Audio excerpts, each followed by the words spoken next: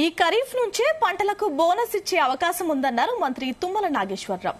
బడ్జెట్లో వ్యవసాయ రంగానికి అధిక ప్రాధాన్యత ఇస్తామన్నారు.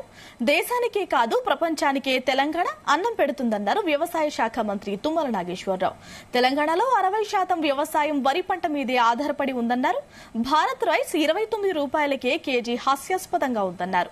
సన్న బియ్యం 29 రూపాయలకే ఇస్తే సంతోషమన్నారు.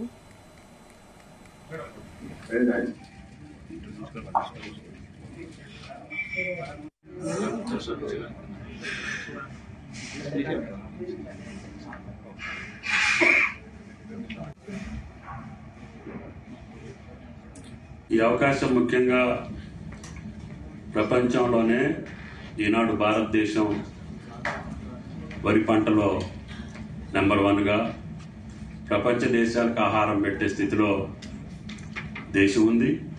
దేశానికి అన్నం పెట్టే స్థితిలో నేడు తెలంగాణ రాష్ట్రం ఉంది. ఇందాక ఆ ప్రెసిడెంట్ సెక్రటరీ గారి మాటల్లోనే మీకు అర్థమైంది.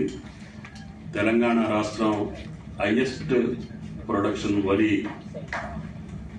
అని వాళ్లే ప్రపంచవ్యాప్తంగా మన దేశం కోసం, అదేవిధంగా మన రాష్ట్రం మీద చూపులో ఈనాడు ప్రపంచ దేశాలు ఉన్నాయి.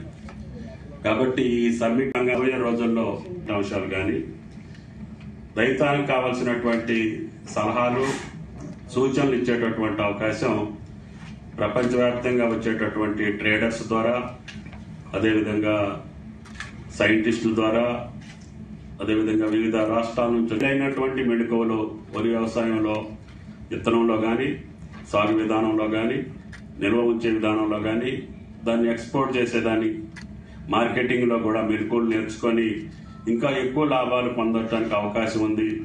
దానివల్ల ప్రపంచవ్యాప్తంగా అనేక దేశాల నుంచి వచ్చేటటువంటి ఈ యొక్క ట్రేడర్స్ ద్వారా ఏ దేశానికి మన వరి ధాన్యం ఎక్స్పోర్ట్ చేసే అవకాశాలు ఉంటాయి. ఆ ట్రేడర్స్ కూడా ఏ రకాలు కొనే అవకాశం ఉంటుంది. ఆ రకాలని మనం ఉత్పత్తి చేయడానికి మనకు కావలసినటువంటి వెసులుబాటు ఏ రకంగా మనం చేసుకోవాలి అనేటటువంటి అంశాలన్నింటినీ కూడా పరిశీలించి ఈ యొక్క సమ్మిట్ లో రేపు జరగబోయేటటువంటి జూన్ 4 నుంచి 6వ తారీఖు వరకు జరుగుతున్నటువంటి సమ్మిట్ తెలంగాణ రాష్ట్ర రైతాంగానికే కాకుండా భారత రైతాంగానికి ఉపయోగపడుతుందనే ఉద్దేశంతో మన రాష్ట్ర ప్రభుత్వం ఈ